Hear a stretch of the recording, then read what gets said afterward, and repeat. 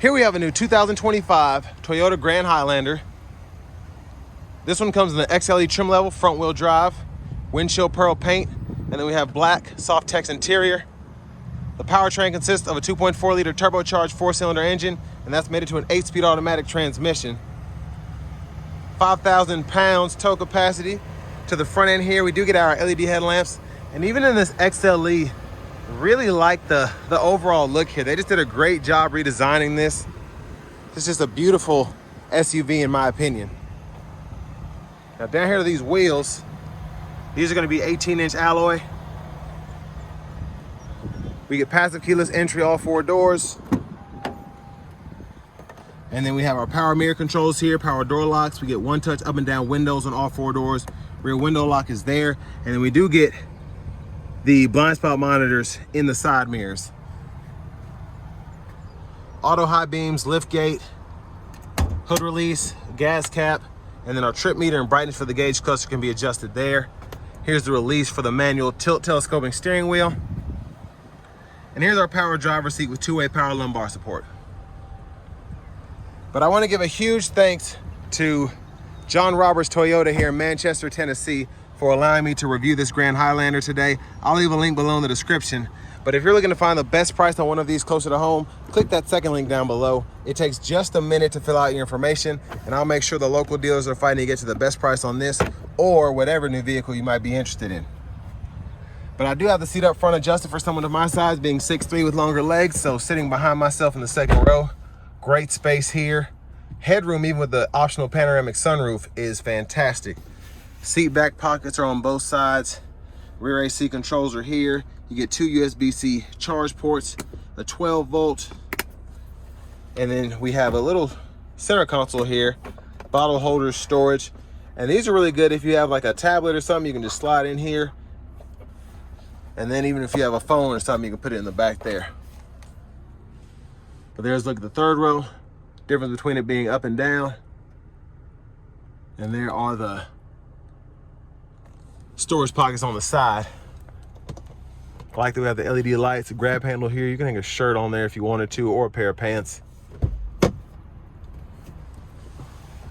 But so far, really liking the space in these. Child lock, unlock there.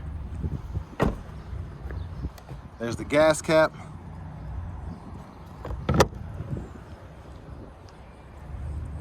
And LED tail lamps on the back here.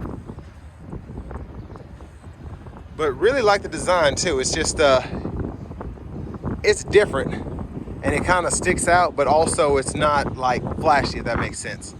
And I apologize for that gust of wind. There's a look underneath.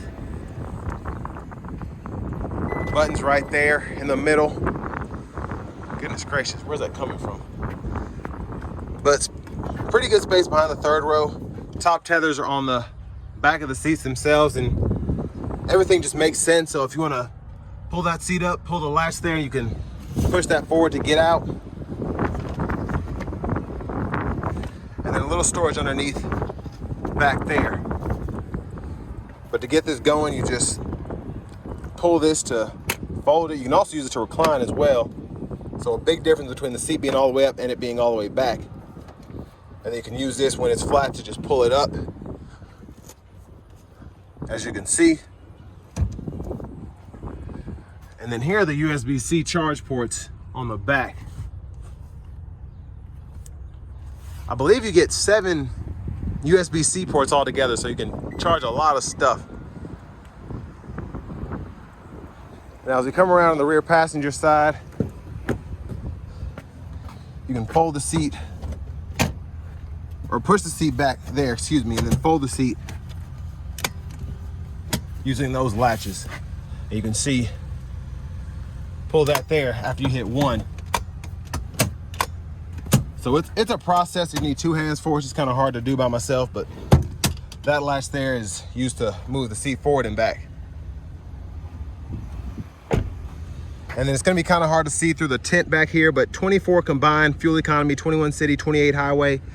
Only 48,287 for the sticker price, not bad. Again, that does include the panoramic roof. And there we have the crossbars. And there's our power front passenger seat. Nice side pocket here. Top pocket here with the USB-C charge port, and then a lockable glove compartment down here. Decent size, and the owner's manuals are here. I wish these clouds would come back. Back to the front. There's that 2.4 liter turbocharged 4-cylinder.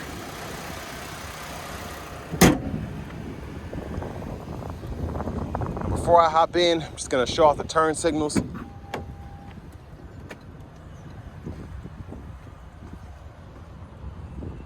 So LEDs on the back, side mirror, and then the incandescent bulbs on the front. Let's hop in here. Nice leather wrap steering wheel here, feels good. There's the horn. And to the radio here, we do get AM, FM, XM along with Bluetooth, and then we have wireless Apple CarPlay and Android Auto compatibility. You have the option to use the Experience Drive Connect, which gives you the cloud nav. We turn that down a little bit, it's just hot. And then we have our setup here for the front, rear, climate there, and then the de-icer, and then the eco heat and cool as well. But general settings in here, language and units of measurement, right in there.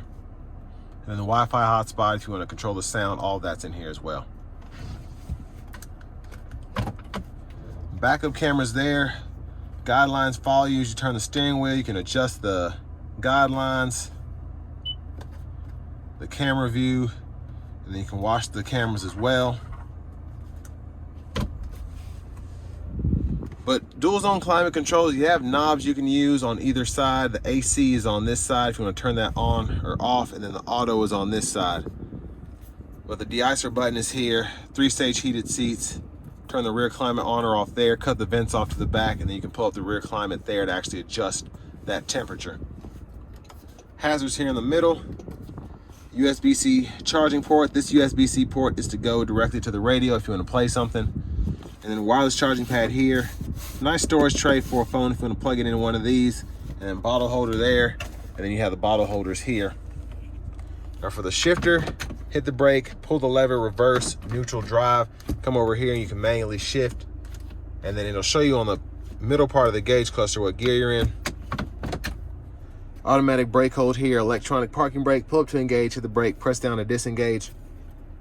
Auto stop toggle, traction control, and then you have eco, sport, normal for your drive modes, and then your snow modes right there. And there is the center console cubby space with a removable tray that's already kind of been removed down there. And then you have a 12 volt right in there.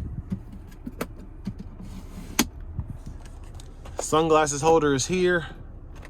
Garage door transmitter, and then we have the sunshade we can control, and then we can slide or vent the roof there.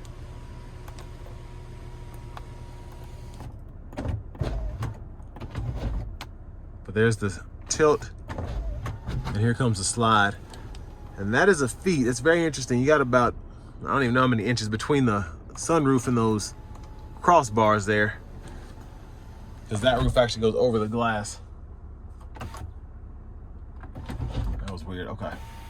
There's a look at the back seat from up here, as that shuts.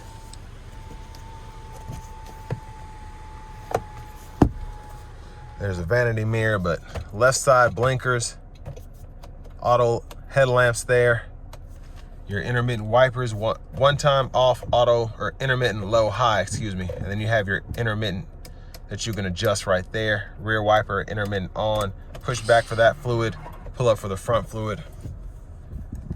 Your volume controls are here, voice recognition, Bluetooth. These 4 arrows in the back button go through the digital part of the gauge cluster, so you can go in here and adjust the meter brightness, the lane departure system, so on and so forth. And then you have the actual settings, and you can change your language or units of measurement from here as well. But tire pressure monitors, all that stuff's in here. And then right side, audio sources can toggle here, your track list or radio station presets, And then you have your cruise control. Hit this button to go between adaptive and regular. Gap adjust for the adaptive cruise. Lane keeping system toggle there, and then you can set your speed and turn on the whole driving support system with that button, and then cancel everything there. Push button start. Finally, here's our key fob.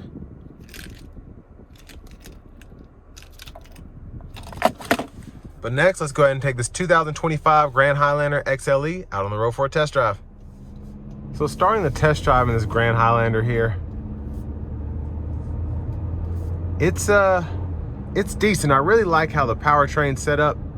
The 2.4 is just enough, and you have the different drive modes you can use as well. So if you don't necessarily need the full power output, the eco and the normal will be enough. But I have it in eco now, and it's doing a pretty good job at still getting up to speed and doing what it's supposed to do.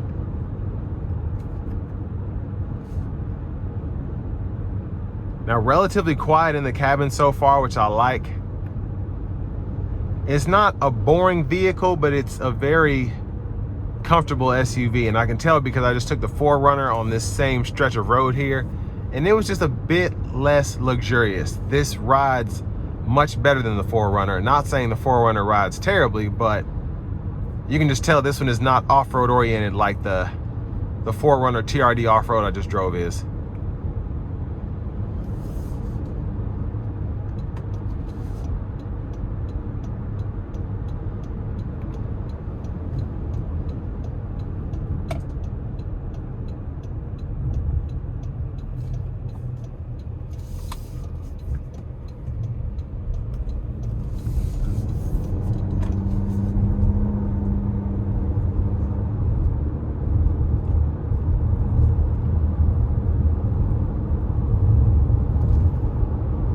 Now you can kind of hear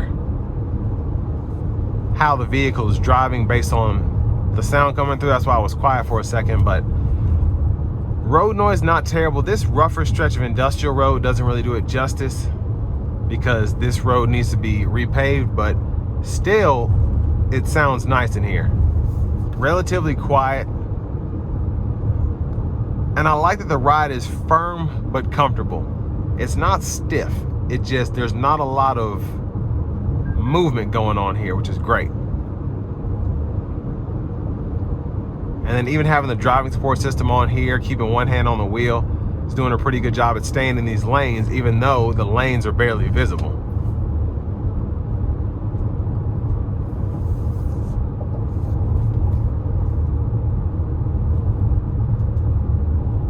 Okay, so I was in the normal mode.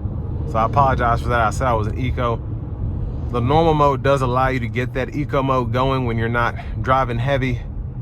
But the eco mode here is actually something that kind of holds you back to get you that more efficient driving perspective. And then even then you can see my eco light went off when I gave it a little bit of throttle there.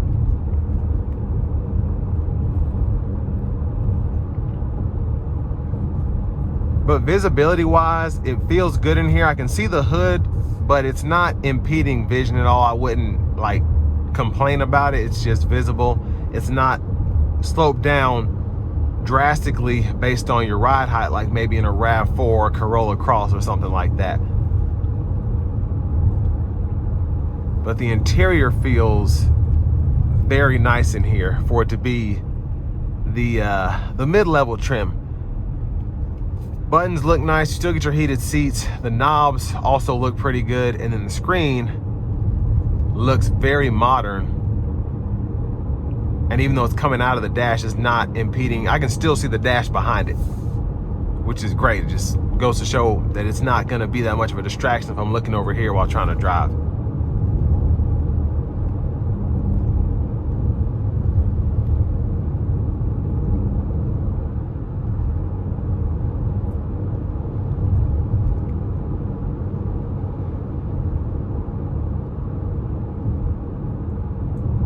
But the road noise, again, with these smaller 18s, that's the way that I would do it if road noise is going to be a big deal for you, because they just sound the best. You get 20s or bigger and you can hear the road noise a bit more. If you like those kind of wheels, I wouldn't not get the wheels because of the road noise. But if you don't care about the wheels and you care about the road noise, just get the smaller wheels. The smallest you can get, the better, with the thicker tires.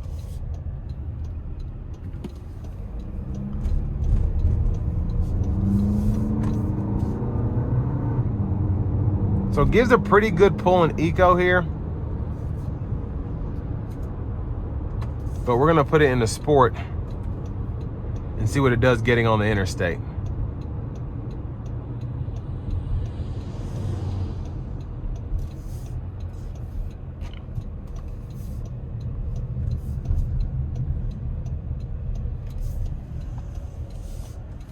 Here we go.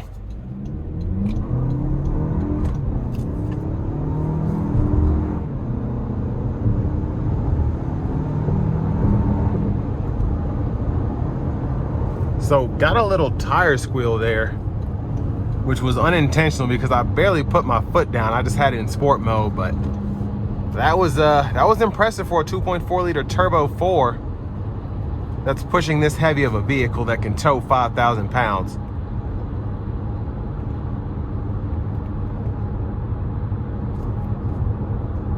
But I want to give a huge thanks to John Roberts Toyota, again here in Manchester, Tennessee, for allowing me to review this Grand Highlander today. I'll leave a link below in the description. But if you're looking to find the best price on one of these closer to home, click that second link down below. It takes just a minute to fill out your information. I'll make sure the local dealers are fighting to get you the best price on this or whatever new vehicle you might be interested in. But I mean, a great overall vehicle, I think, to be under 50 grand, 3 rows. Technology is great. The driver assist system is great. And it doesn't feel like a Tesla. You're not worried about this screen. You still have your buttons and whatnot down here below. You have your USB-C ports, and I didn't see a USB-A, so just make sure you have your USB-C cords for charging. And then with this one having the optional panoramic roof, just a windshield pearl, love the spec. It's just a nice build here. Only thing I might do is tint these windows a little bit with some ceramic tint. But yeah, I mean, this thing's solid. It really is. Has everything you need, and then none of the extra stuff that you won't ever use.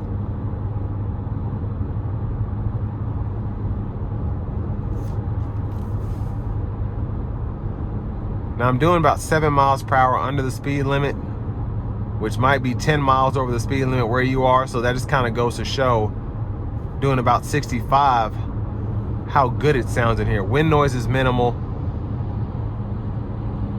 You can hear the road, but I can honestly hear the other cars passing me more than I can hear the tires.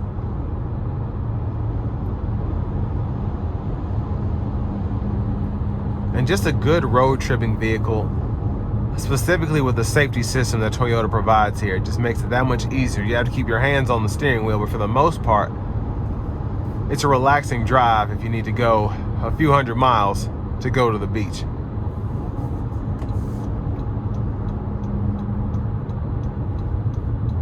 And then you can throw on a roof rack if you want to as well, with the crossbars included here.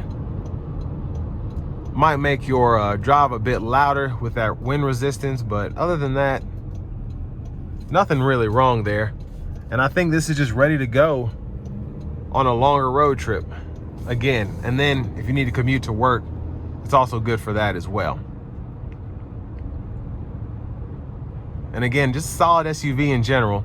So with all that being said, this will bring me to the end of my review of this 2025 Toyota Grand Highlander XLE.